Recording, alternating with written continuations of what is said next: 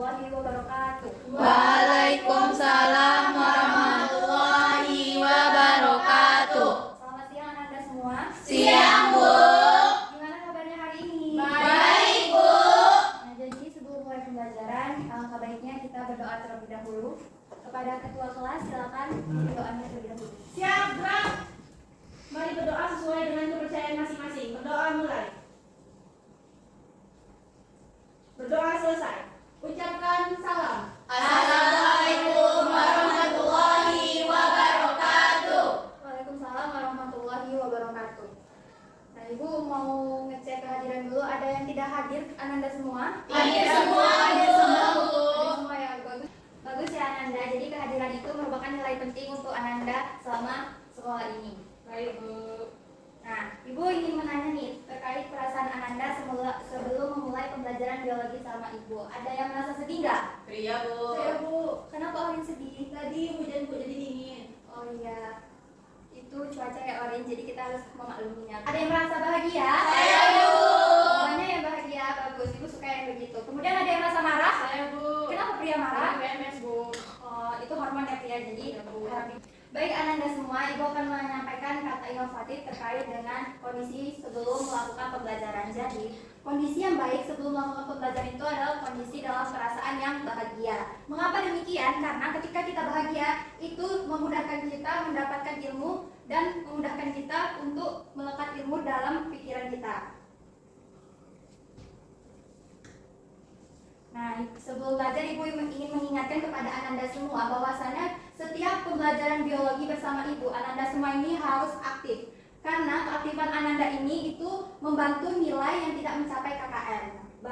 Kepada peserta didik yang aktif akan mendapatkan reward seperti ini. Nah, reward ini merupakan alat bantu untuk menaikkan nilai Ananda semua. Paham Ananda semua? Paham, Bu.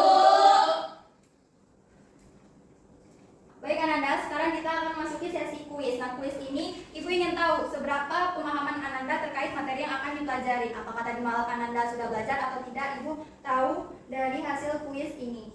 Baik, Bu. Baik, Bu.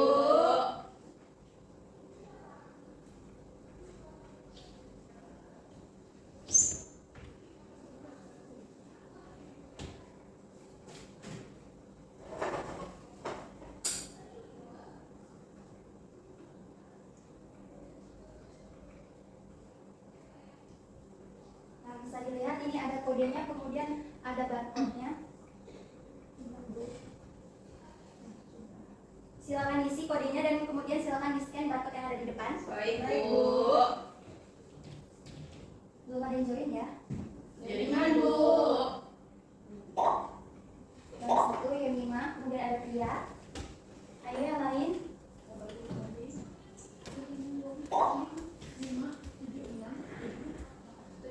5, 7, 6, 7, 8, 6. Ayo masih banyak lagi yang belum join.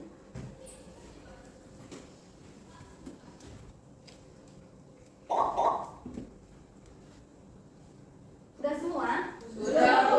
Orin dulu. Ya, kita tunggu Orin dulu ya Nanda.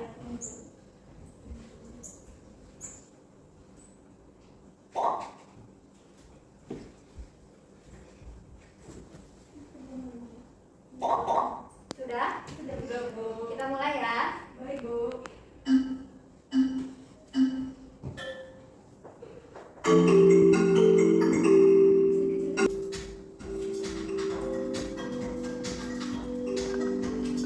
Zahira memimpin, Pria yang memimpin.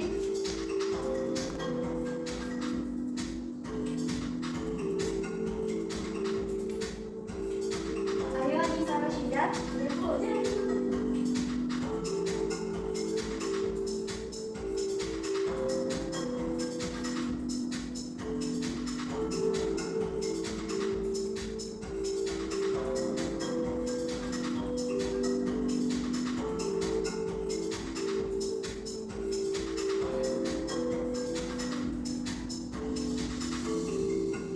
Orin ada kendala?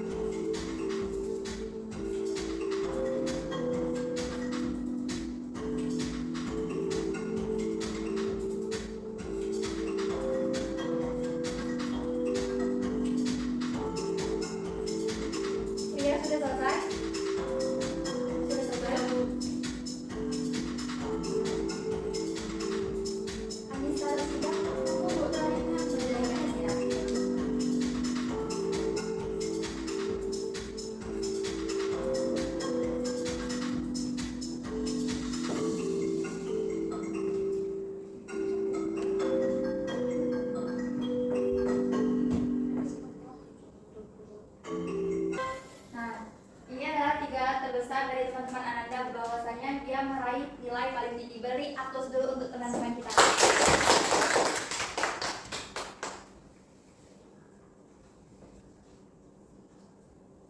Nah, selanjutnya kita akan mereview soal kembali.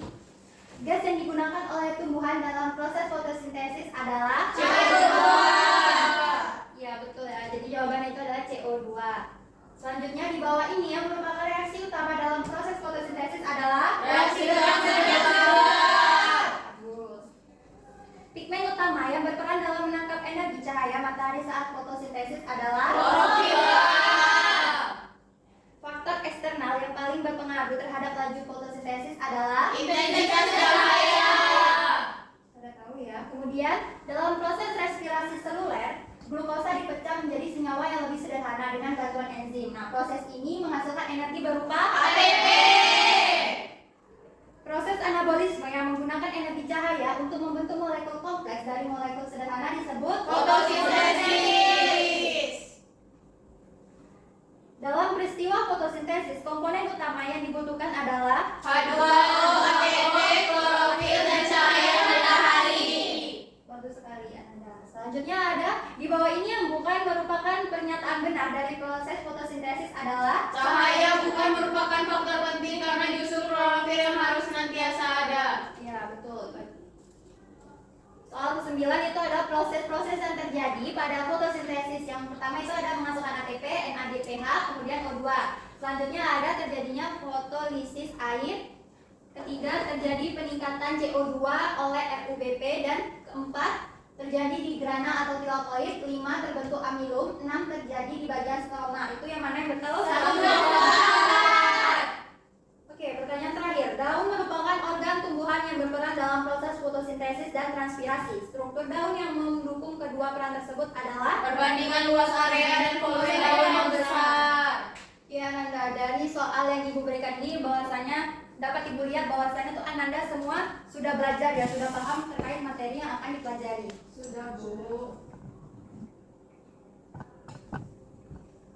Nah, selanjutnya Ibu ingin bertanya nih, kan semalam kita tuh belajar mengenai katabolisme. Ada yang masih ingat apa itu katabolisme? Lihat, Bu Hikmah, silakan. Menurut saya, Bu, katabolisme itu merupakan suatu proses yang mengubah molekul kompleks menjadi ke molekul yang sederhana untuk menghasilkan energi. Yang dimana contohnya itu respirasi seluler, Bu. Misalnya mengubah glukosa menjadi ke bentuk ATP. Ada tambahan? Atau sudah setuju dengan pendapat Hikmah? Setuju. Oke, jadi udah setuju. Jadi betul ya apa yang dikatakan Hikmah, bahwasanya katabolisme itu dia merupakan proses yang memecah molekul kompleks menjadi sederhana untuk menghasilkan energi. Nah, Ananda semua, jika Ibu tampilkan gambar kedua gambar di sini, adakah Ananda yang dapat memberikan pendapat dari kedua gambar ini? Yang ada pendapatnya silakan angkat tangan. Saya, Bu.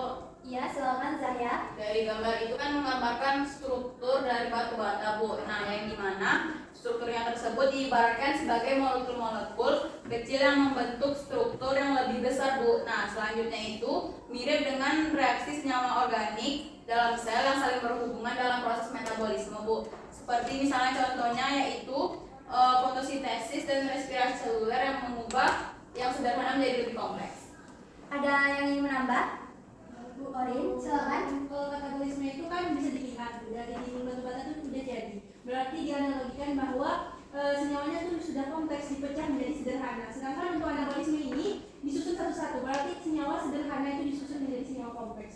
Ya, jadi pertanyaan jawaban dari Zahya dan Orin itu sudah benar. Beri aplaus terlebih dahulu. Nah, di sini Ibu ingin menambahkan sedikit mengenai keterkaitan materi tersebut. Jadi kenapa Ibu ilustrasikan katabolisme itu dengan batu bata yang sudah pecah? Karena seperti yang disampaikan oleh teman kita tadi, Hikmah, bahwasanya katabolisme itu dia molekul kompleks memecah menjadi molekul yang sederhana dengan untuk menghasilkan energi. Nah, apa kaitannya dengan anabolisme? Jadi anabolisme ini dia kebalikannya.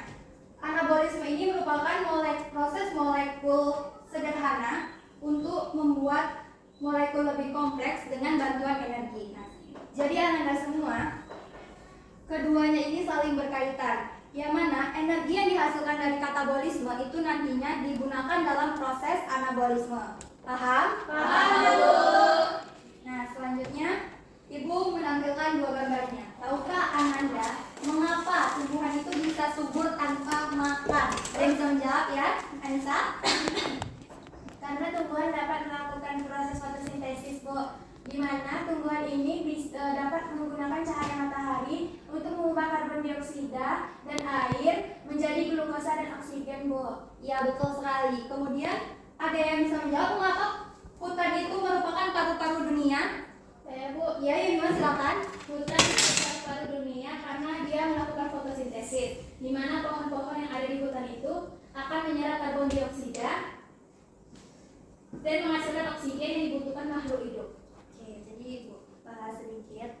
Tumbuhan bisa subur tanpa makanan karena proses Fotosintesis. Betul sekali. Fotosintesis itu di mana prosesnya? Daun. Jadi tumbuhan ini berbeda ya dengan makhluk hidup lainnya seperti manusia dan hewan. Dia bisa membuat makanannya sendiri. Dan hal itu membuat tumbuhan itu dapat tumbuh dengan subur. Kemudian untuk hutan, betul yang disampaikan oleh Yemima bahwasanya hutan ini atau pohon itu dia melakukan fotosintesis setiap hari. Nah, fotosintesis itu menghasilkan oksigen, yang mana oksigen itu dapat kita hirup ketika kita masuk hutan. Itu kita bisa menghirup udara yang sejuk, itu merupakan hasil dari fotosintesis berupa Oksigen. Nah, selanjutnya Anda harus ingat ketika kita menghirup udara segar bahwa tumbuhan itu sedang bekerja untukmu. Ada yang tahu maksudnya gimana? Ya, Risa, silakan. Maksudnya di situ bahwa kan tumbuhan ini menghasilkan oksigen. Nah, ketika dia menghasilkan oksigen kan dia melakukan proses, Bu, di mana dia mengambil cahaya matahari, kemudian mengubah zat yang ada di tumbuhan itu klorofil untuk menghasilkan oksigen.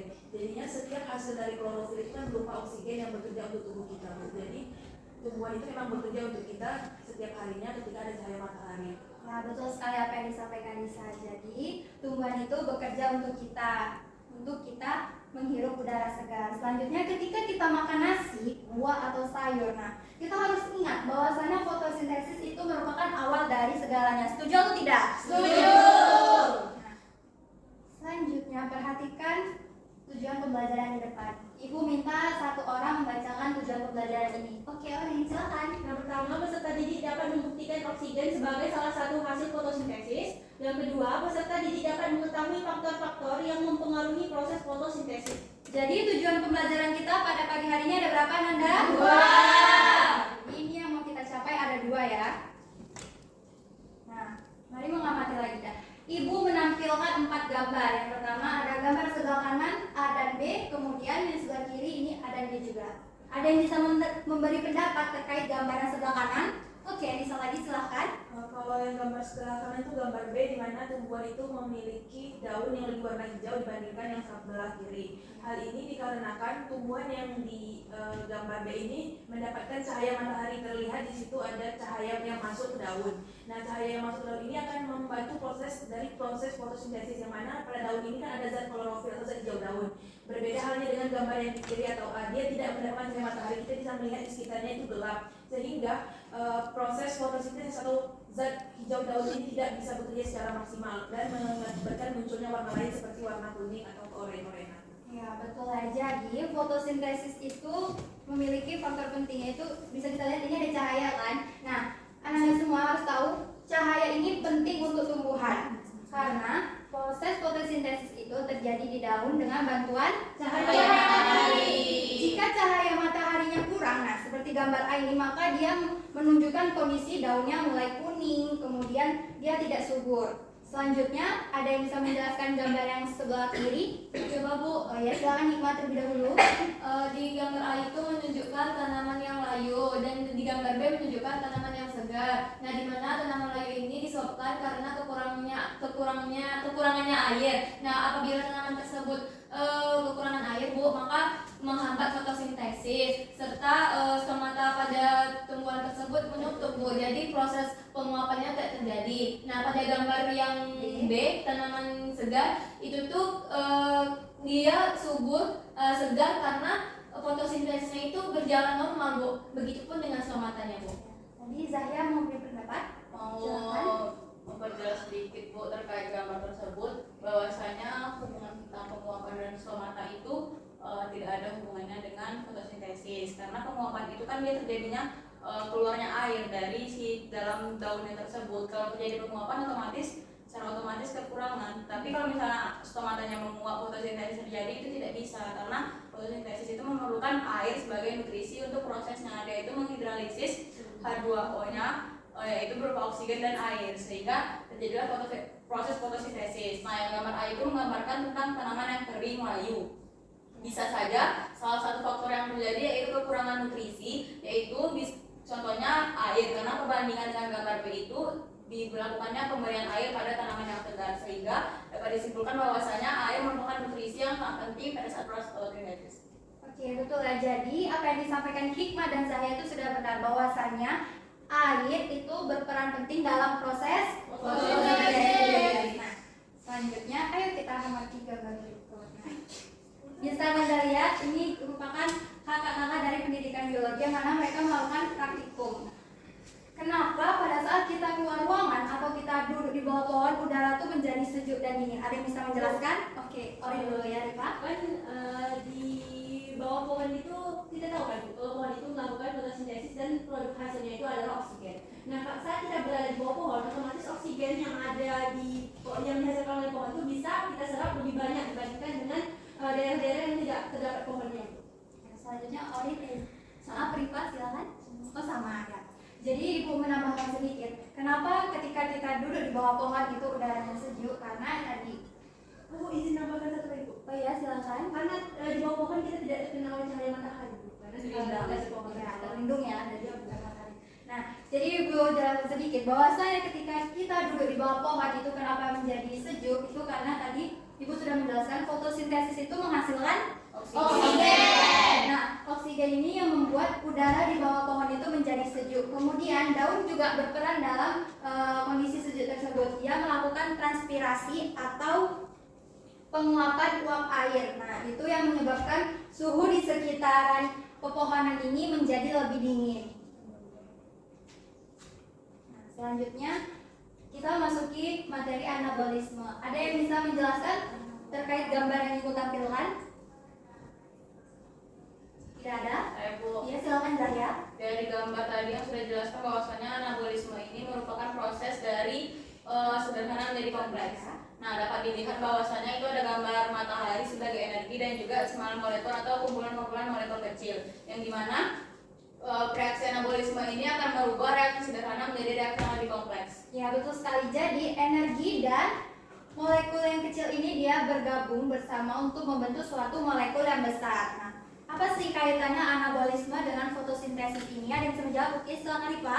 Jadi Bu, anabolisme ini tadi kan menggabungkan senyawa yang lebih kecil dan juga energi untuk menjadi senyawa yang lebih kompleks. Nah, sama halnya dengan fotosintesis yang menggabungkan CO2 dan juga H2O untuk menghasilkan C6H12 dan juga oksigen. Ya, jadi fotosintesis itu merupakan bagian dari anabolisme.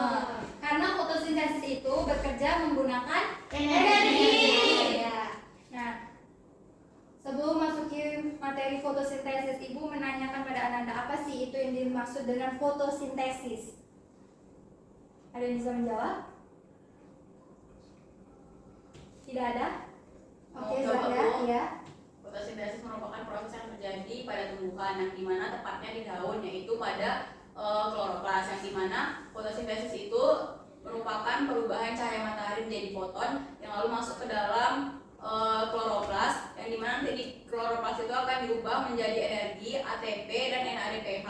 Nah, hasil fotosintesis itu melibatkan reaksi siklus terang dan siklus gelap, Bu. Nah, yang dimana siklus terang itu melibatkan cahaya matahari, sedangkan siklus gelap itu tidak melibatkan cahaya matahari, Bu. Jadi reaksi dari fotosintesis itu yaitu C2O ditambah H2O menjadi C6H12O6 ditambah O2. Nah, tadi kan udah disebutin sama Zahya tuh, bagus ya pengertiannya. Zahya tadi sudah menyebutkan reaksi dari fotosintesis. Ada yang bisa menuliskan ke papan tulis? Ya, silakan Rifa.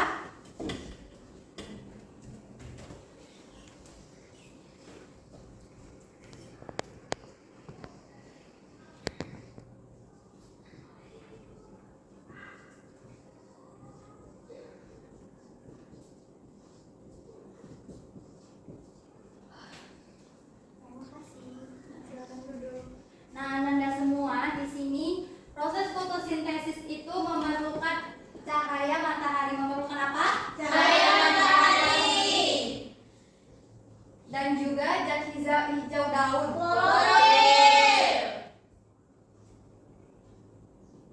Jadi ananda ini merupakan proses dari fotosintesis. Ananda semua harus mengingat reaksi tersebut.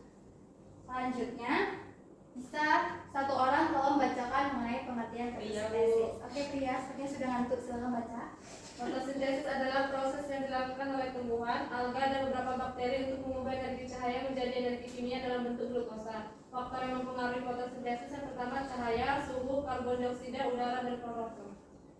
Terima kasih. Jadi ada kaitannya ya dengan gambar yang sudah Ibu tampilkan tadi, bahwasannya fotosintesis itu memerlukan cahaya, suhu, karbon dioksida, udara, dan klorofil. Jadi ananda semua perlu ananda ketahui bahwasanya faktor-faktor ini merupakan faktor esensial. Nah, apabila salah satu dari kelima faktor ini tidak ada, maka fotosintesis itu berjalan secara terhambat.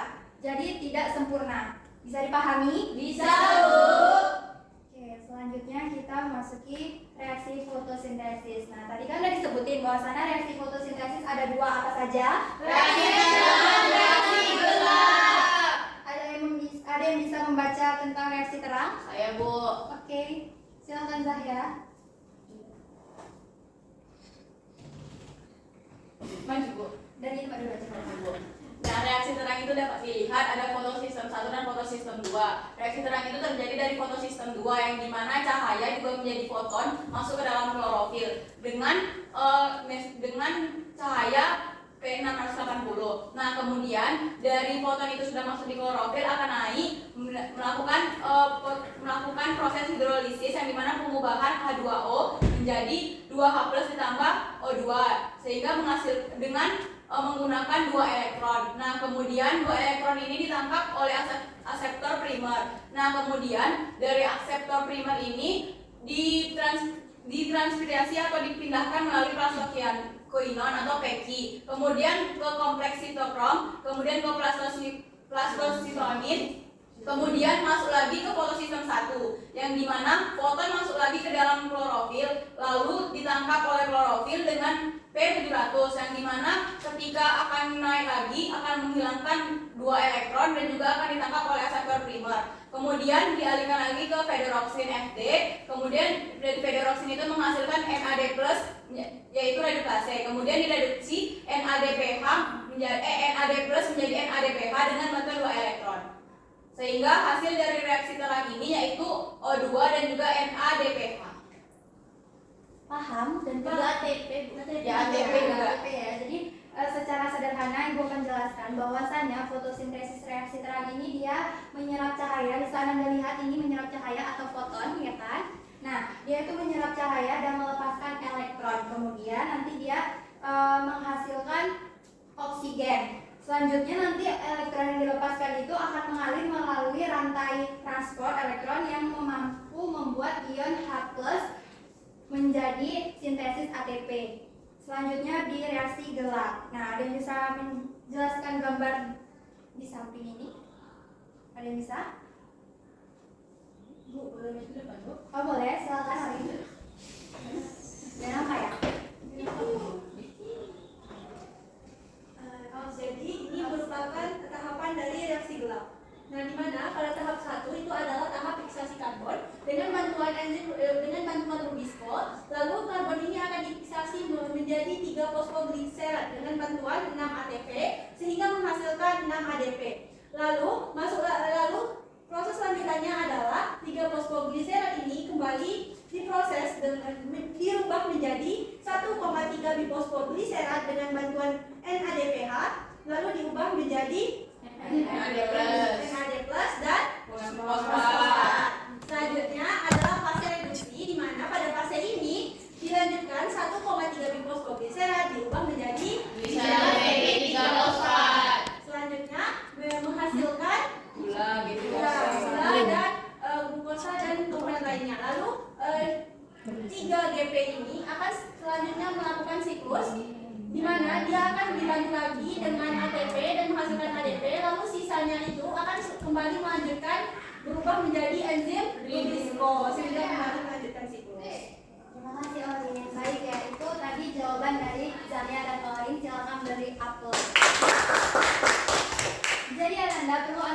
diketahui bahwasannya reaksi gelap itu terdiri dari berapa fase? 3.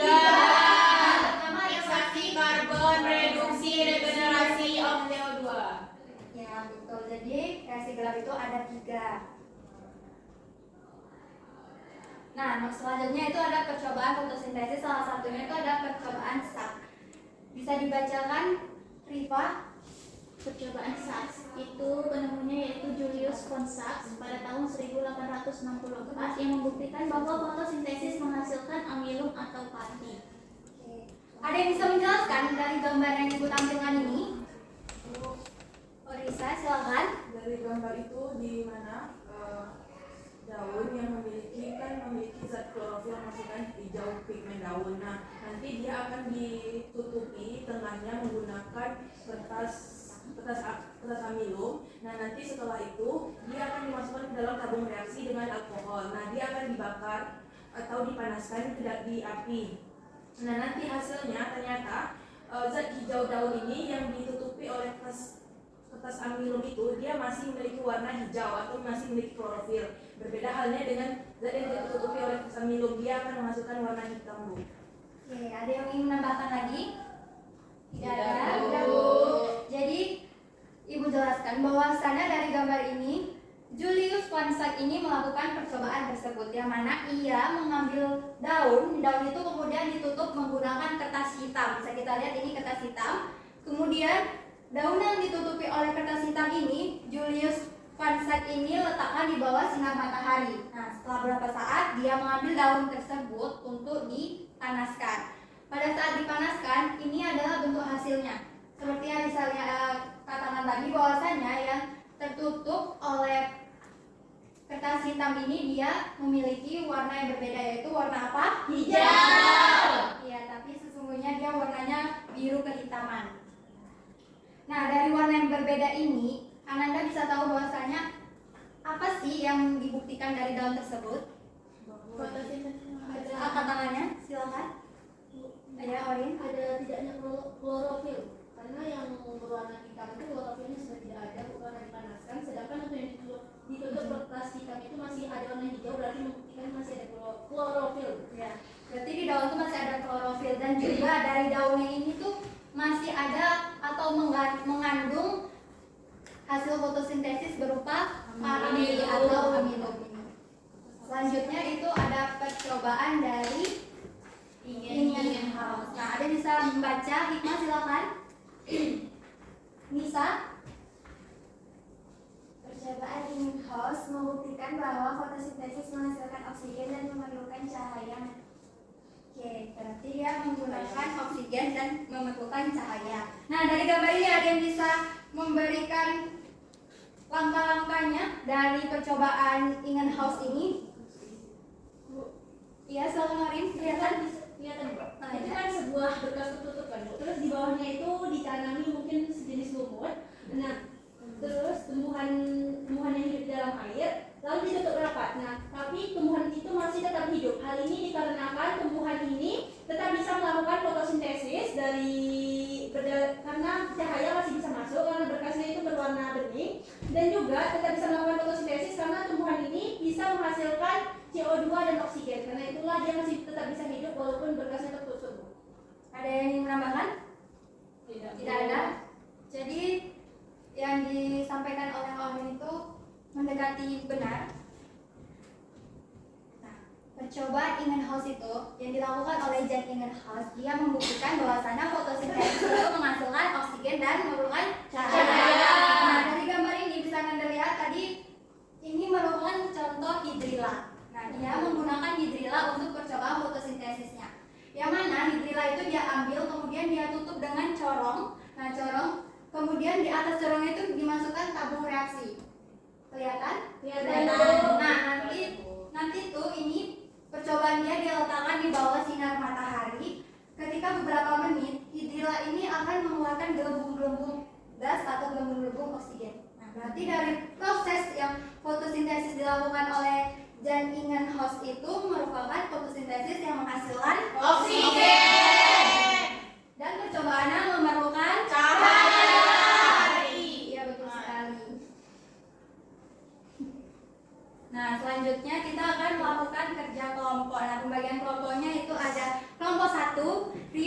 5 Melin, Orin, dan Hikmah. Kelompok 2 ada Risa, Zahya, Nisa, Priya, dan Fitri. Oke, kepada Ananda semua silakan duduk sesuai kelompok masing-masing. Kelompok 2 sini Bu. Kelompok 2 sini Bu. Iya, bebas.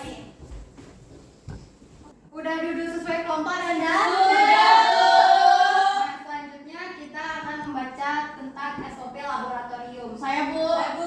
Ya, Saya Zahya Bu. dulu. Baru Priya. Standar operation laboratorium. Yang pertama, wajib menggunakan jas laboratorium. Yang kedua, tidak membawa makanan dan minuman di dalam laboratorium. Yang ketiga, membuang sampah pada tempat yang sudah ditentukan. Yang keempat, merapikan kembali peralatan laboratorium yang digunakan. Yang kelima, tidak membawa peralatan laboratorium keluar ruangan laboratorium tanpa izin guru dan kepala laboratorium. Yang keenam, menggunakan sarung tangan latex atau membersihkan peralatan dengan disinfektan sebelum ditangkap orang lain. Yang ketujuh, menjaga kebersihan laboratorium. Yang kedelapan, berhati-hati dalam penggunaan pisau, katan, dan lain sebagainya, dan jangan bermain-main saat praktikum berlangsung. Yang kesembilan, tidak menyentuh mulut dan mata pada saat sedang bekerja. Oke, sudah dibacakan ya. Jadi sebelum kita melakukan praktikum kita harus menggunakan Jas lab. Jadi silakan gunakan jas labnya terlebih dahulu. Baik Bu, baik Bu.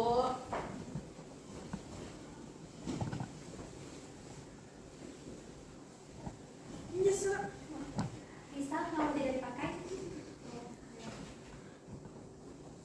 Sudah? Sudah Bu.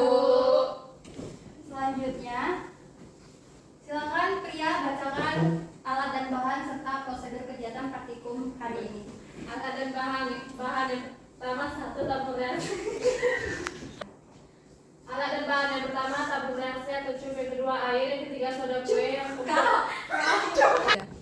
Alat dan bahan yang pertama satu tabung reaksi atau cup, dua air, tiga soda kue, empat air es, lima handphone, 6 stopwatch atau timer, 7 bayam. Prosedur kegiatannya yang pertama ambil 4 lembar daun bayam berukuran hampir sama. Yang kedua, potong tangkai daunnya lalu rendam dalam air selama 5 menit agar terbiasa dengan lingkungan air. Yang ketiga, isi tabung A dengan menggunakan air biasa. Yang keempat, isi tabung B dengan menggunakan air soda kue. Yang kelima, isi tabung C dengan menggunakan air es. Yang keenam, masukkan masing-masing daun bayam ke dalam gelas yang telah disiapkan. Yang ketujuh, nyalakan senter HP dan arahkan ke setiap gelas dari jarak yang sama selama 10-15 menit. Yang ke-8, perhatikan munculnya gelembung oksigen pada daun bayam. Yang ke-9, catat jumlah gelembung atau intensitas gelembung yang dihasilkan dalam setiap kondisi. Oke, udah paham ya jadi langkah kerjanya? Sudah Bu. Nah, selanjutnya itu ada Ibu suruh memberikan. Selanjutnya itu ada pembuatan infografis. Silakan Yemima baca. Yang pertama, buatlah infografis mengenai reaksi gelap dengan memanfaatkan teknologi seperti Canva. Kemudian presentasikan hasil infografis di depan kelas. Nah, jadi praktikum atau kerja kita hari ini ada berapa Anda semua? 2. Yang pertama kita melakukan Penelitian. Yang kedua kita membuat Infografis. Udah duduk sesuai kelompok ya? Sudah Bu. Jadi kan tadi udah Ibu jelaskan bahwasanya kita ada lakukan 2 kegiatan. Yang pertama praktikum dan yang kedua membuat Infografis. Perwakilan kelompok silakan maju ke depan untuk mengambil alat dan bahannya. Baik.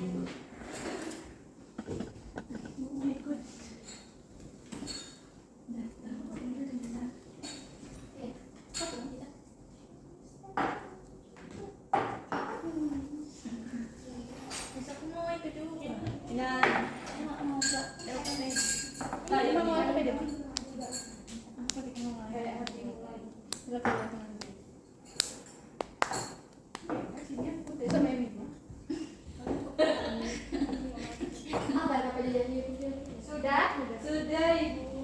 Ini untuk baking sodanya Ibu letakkan di kelompok 1 ya. Baik ya Bu. Nomor 2. Ini masalahnya mana? Iya Mas. Udah, jadi Ananda, tadi kita sudah membaca tentang prosedur kegiatan. Di depan Ananda sudah tersedia alat dan bahan. Mengenai alat bahan yang kurang seperti air bisa untuk aquadesi itu nanti silakan ambil di ruangan sebelah. Setelah diambil melakukan percobaan praktikum. Nah, Ananda silakan melakukan percobaan praktikum kali ini dan ini Ibu bagikan lembar kerjanya. Ibu, seperti yang Ibu bilang tadi untuk air yang kurang silakan ambil di ruang sebelah ya. Baik Bu. Perwakilan kelompok saja, tidak ramai-ramai. Kita berangkat Bu. Bu boleh nama apa kan Bu? Boleh.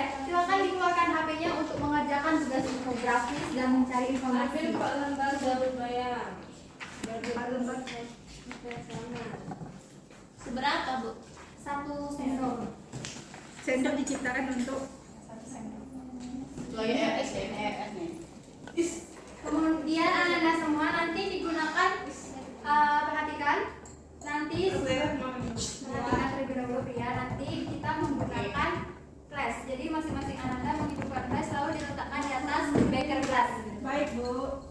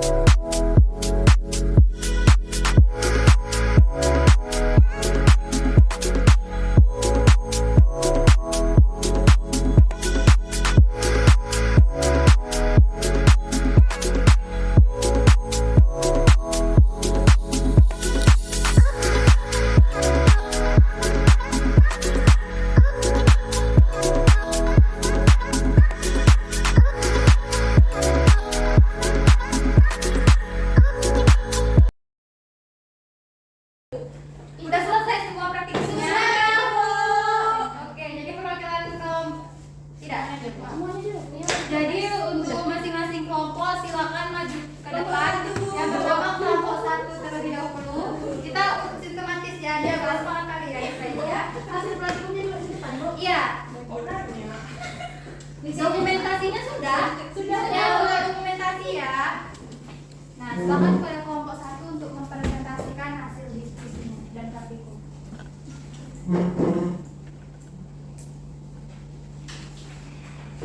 Ada gelembung. Itu ya. Saya Mending kalau itu video. Silakan kepada kelompok 1. Baik, kami akan mempresentasikan hasil praktikum dari kelompok kami. Yang pertama, yang botol diberikan Tabung diberikan soda kue yang mengandung sodium bikarbonat. Yang kedua itu tabung dengan tidak diberikan sodium bikarbonat dan dengan menggunakan air di suhu normal. Yang kedua yang ketiga tabung yang menggunakan air dingin yang baru keluar dari kulkas atau air es. Baik, di sini kami akan melanjutkan tabel pengamatan mengenai jumlah gelembung yang ada pada percobaan pada hari ini, yang dimana pada tabung A itu di menit ke 5 menit itu berjumlah 17 gelembung, dan yang di B berjumlah 5 gelembung, dan yang di C berjumlah 0. Dan pada menit ke 10 itu 24 gelembung di tabung A, dan di tabung B berjumlah 9, dan di tabung C berjumlah 2. Dan pada menit ke 15 itu berjumlah 28 pada tabung A, pada tabung B berjumlah 10, pada tabung C berjumlah 3. Dan selanjutnya pada menit ke 20 itu berjumlah 33, dan pada tabung B berjumlah 12, dan pada tabung C berjumlah 5. Nah, jadi dapat disimpulkan bahwasanya yang memiliki banyak gelembung terdapat pada tabung A yang dicampurkan dengan Kedua yang di suhu normal, dan yang ketiga di suhu rendah atau dingin. Ya. Jadi itu hasil dari kelompok 1. Untuk kelompok 2 bagaimana? Apakah ada yang berbeda? Ini Silakan Zahra. menanggapi Bu, sesuai Ya. dengan penuntun yang Ibu sampaikan tadi bahwasanya tabung A itu berisikan air biasa, tabung B baking soda, dan tabung C itu air dingin Bu, air es. Nah, kelompok 2 itu mengakibatkan dengan tidak sistematis, dan juga alat yang digunakan itu bukan tabung tapi beber gas. baik. Terima kasih banyak kelompok 2. Terima kasih kelompok 1. Nah, itu tadi terkait alat dan bahan. Kalau jumlah gelembungnya gimana? Sama atau berbeda? Beda. Kelompok 2 yang mana yang paling banyak? Kelompok Yang B, Bu, tabung B. Tabung yang air, Tapi soda bekas ya. B. Gelas beker B. Bekas Bekas gelas B. Tapi sama-sama menggunakan Ya. Oke, lanjut itu untuk jawab pertanyaan yang di LKPD.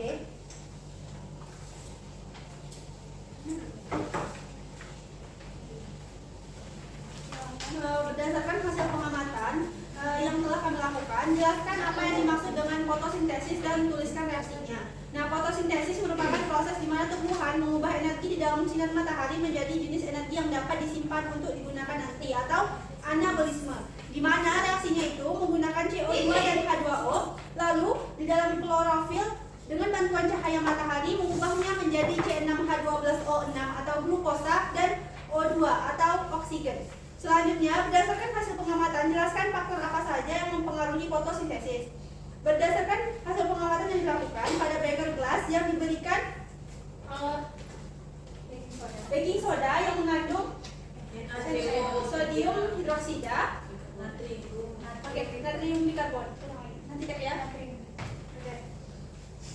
Berdasarkan hasil pengamatan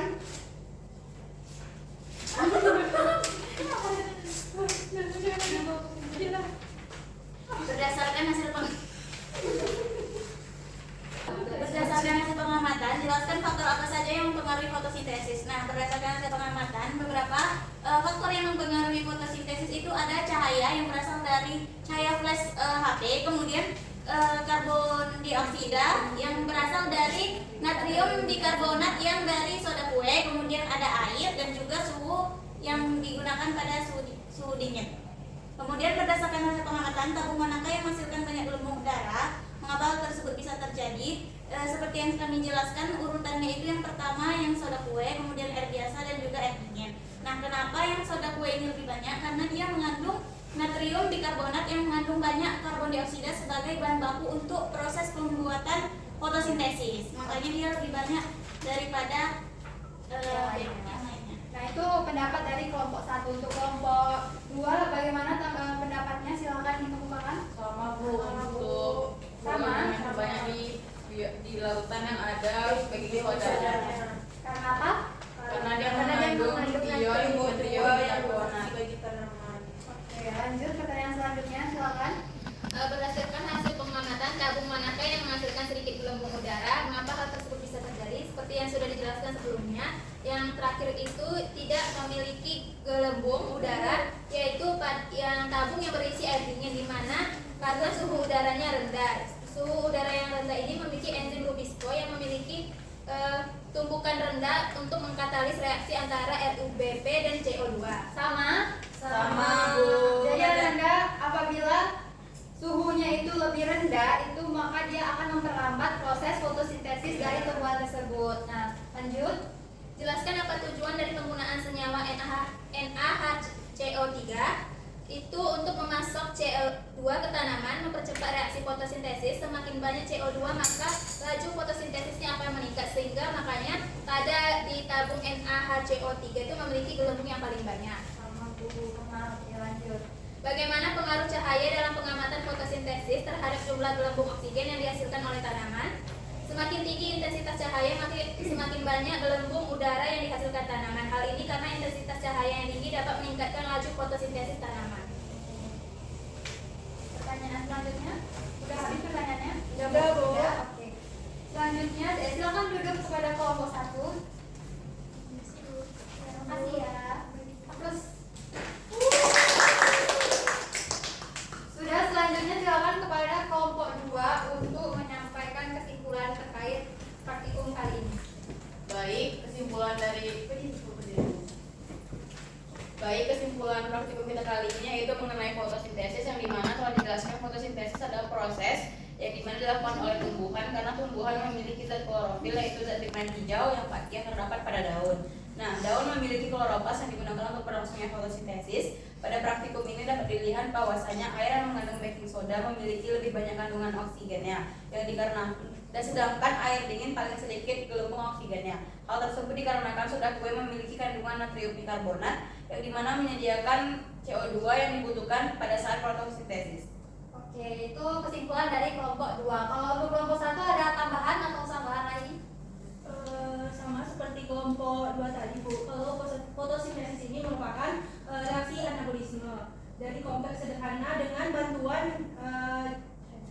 cahaya matahari dan klorofil atau zat hijau daun, di mana dia bisa mengubah karbon dioksida dan uap air menjadi oksigen dan glukosa. Untuk glukosa ini diperlukan untuk energi si tanaman tadi atau sebagai sumber energi. Oke, makasih untuk kelompok 1 dan kelompok 2 dari Apus untuk menjelaskan. Jadi terkait praktikum kita kali ini berarti semua faktor esensial dari fotosintesis ini dapat kita lihat ya Ananda semua. Ya. Nah, selanjutnya kita akan presentasi mengenai infografis reaksi terang. Kepada kelompok 2 terlebih dahulu silakan untuk mempresentasikan hasil infografisnya. Kirim ke WA grup ya biar ikut tampilkan. Sudah, Bu. Sudah dikirim? Sudah. Yang Satu, reaksi dengan kelompok 1, Bu. Bisa Bu, kalau jangan kelompok Ya, 2. perwakilan saja nggak apa-apa. Bisa Bu.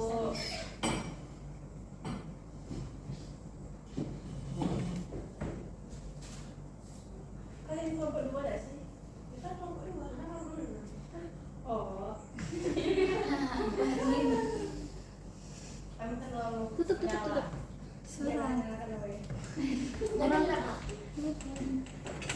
Oke, ini hasil infografis dari kelompok 2. Bisa di zoom Bu. Bu, kami juga, Bu. Kami cantik, Bu. Ya, nanti ya kalau saya Tampilan hijau biologi. Tidak boleh seperti itu ya.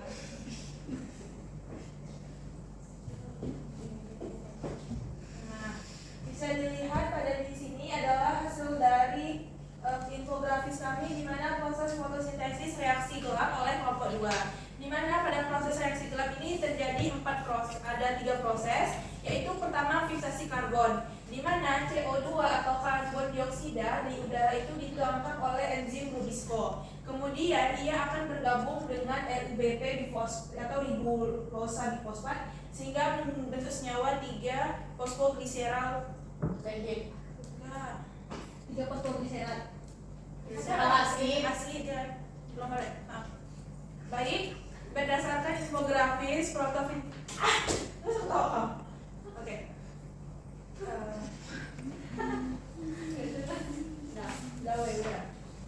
Baik, ini adalah hasil infografis dari kelompok 2 yang mana proses fotosintesis reaksi gelap. Nah, dari berbagai informasi yang kami dapatkan, ternyata didapatkan bahwa reaksi gelap ini terdiri dari 3 proses, yaitu fiksasi karbon, kedua ada reduksi, dan ada regenerasi RUBP atau ribulosa bifosfat. Nah, pertama ketika proses fiksasi karbon, di mana karbon dioksida dari udara akan ditangkap oleh enzim Lubisco, yang mana nantinya akan bergabung dengan ribulosa bifosfat sehingga membentuk senyawa 3 fosfoglycerol asid. Selanjutnya ada masuk kembali pada tahap reduksi. Nah, pada tahap reduksi ini ATP, adenin trifosfat, dan NADPH atau energi dari reaksi terang digunakan untuk mengubah 3 fosfoglycerol asid menjadi 3 fosfoglyceraldehyde. Kemudian 3 fosfoglyceraldehyde ini akan digunakan untuk membentuk glukosa dan senyawa organik lainnya. Kemudian kita sampai ke tahap ketiga, yaitu regenerasi ribulosa bifosfat, di mana gliseraldehyde 3 fosfat ini akan diubah kembali menjadi ribosa bifosfat dengan memerlukan ATP untuk melanjutkan siklus, sehingga siklus ini akan terjadi secara berulang-ulang. Nah, hasil dari reaksi gelap ini didapatkan 2 hasil, yang mana yang pertama adalah glukosa, yang kedua adalah regenerasi RUBP untuk siklus berikutnya. Baik, sekian dari infografis dari kelompok 2 mengenai reaksi gelap. Oke, jadi infografis dari kelompok 2 ini sudah menarik ya, sudah sesuai dengan apa yang Ibu sampaikan tadi. Silakan dulu. Sudah sesuai ya, yang mana tadi reaksi gelap ada berapa fase? 3 fase. Oke, jadi reaksi gelap itu ada 3 fase. Yang pertama itu ada fiksasi karbon, reduksi, regenerasi, RUBP. Nah, ini dari kelompok 2. Untuk kelompok 1 silakan perwakilan kirim ke Ibu. Sudah Bu. Sudah Bu.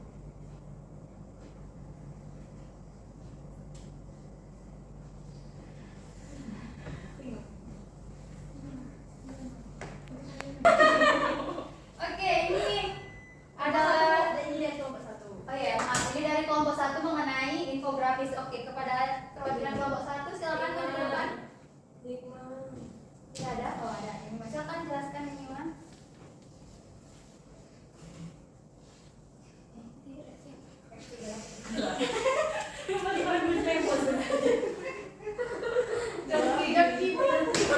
Oke, silakan ya Mima.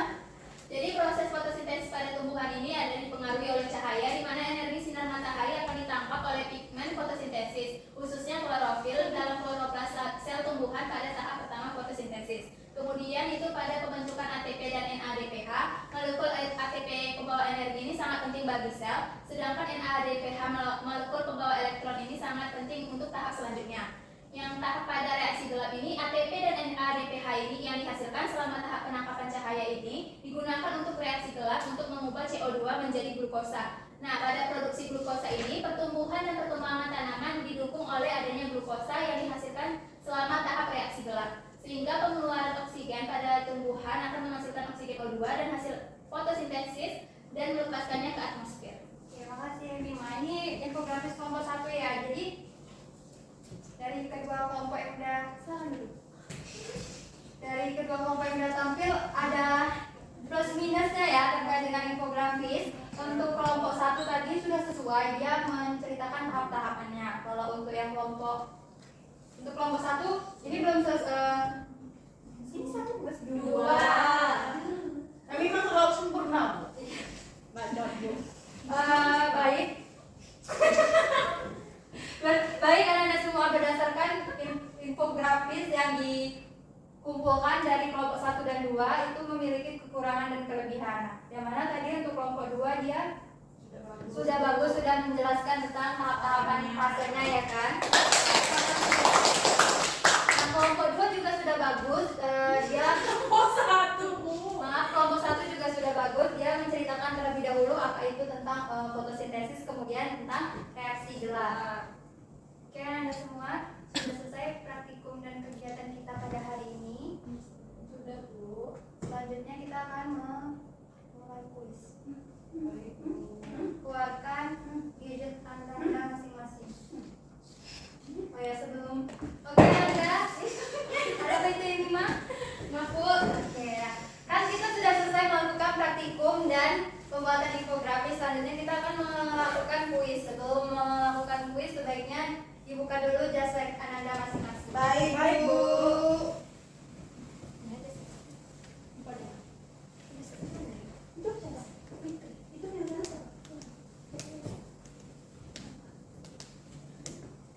Ya Allah, kodenya lupa.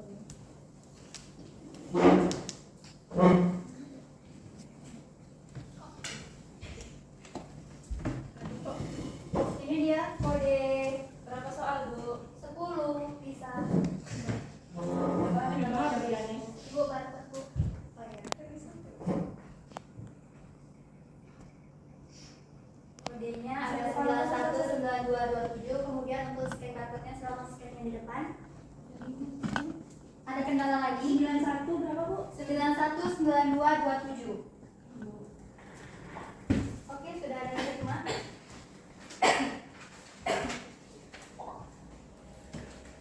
Ada yang terima, lanjutkan. Anda semua masuk. Ada kendala?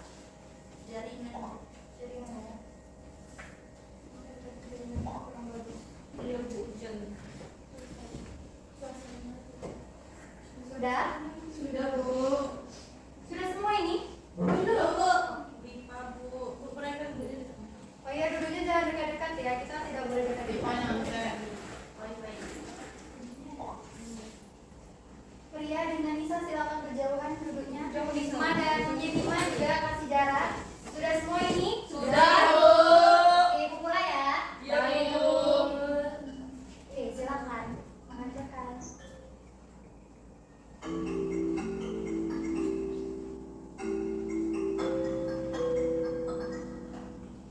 Ibu ada Hikmah. Ada Nisa juga. Ayo yang lain silakan diisi. Nisa, oh ini tuh nambah jaringan ya? Iya, Bu. Tidak mau, Bu. Jadi pengen. Zahia juga jaringan? Iya, Bu.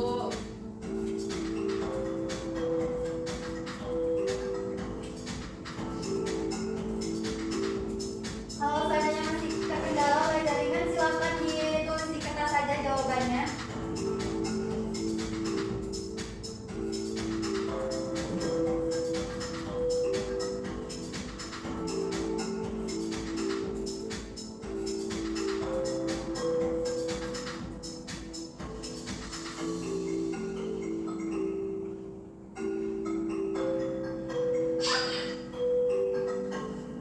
Mudah-mudah nggak soalnya?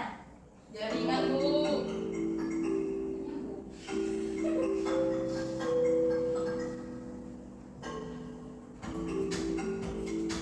Ayo Lisa.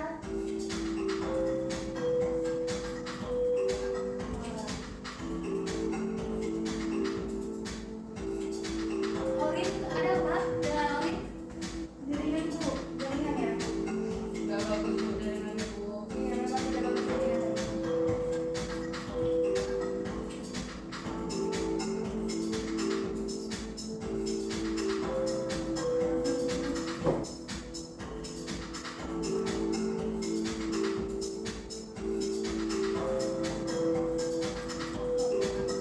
Pria yang gimana tadi disaring ya? Sama tetap disaring.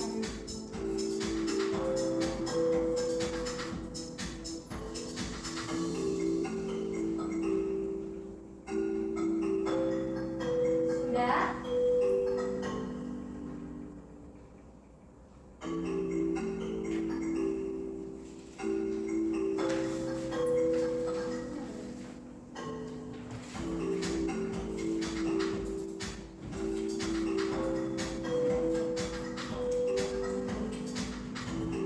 Ayo Lisa. Zahia, Orin. Jaringan, Bu. Oke.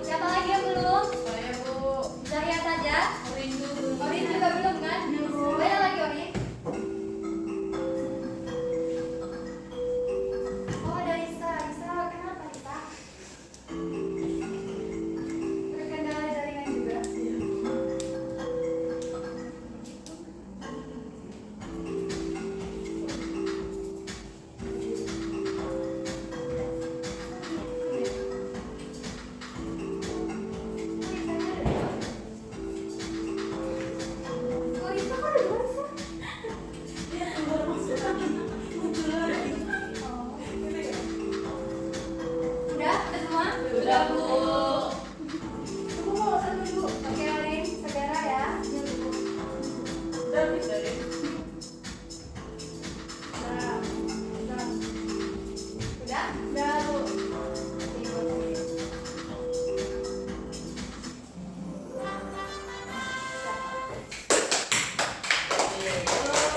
Ini adalah teman-teman yang 3 besar ya Anda semua. Oke, terkait dengan itu jawaban itu nanti bisa Anda lihat di WhatsApp grup, nanti Ibu kirimkan. Baik, Bu. Nah, selanjutnya Ibu akan memberikan reward kepada peserta didik yang aktif seperti di awal pembelajaran tadi Ibu bilang. Bagian Anda yang Ibu sebutkan namanya silakan maju ke depan.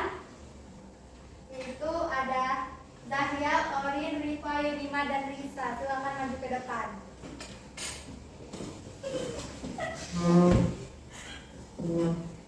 Anda semua untuk penambahan nilai Anda ini pada Zahya. Terima kasih Bu. Oke, ini Orin, Rifa, Yudima, dan Risa. Oke, jadi di sini Ibu sama-sama di sini Ibu akan memberikan satu hadiah lagi kepada yang terbaik yaitu Zahya.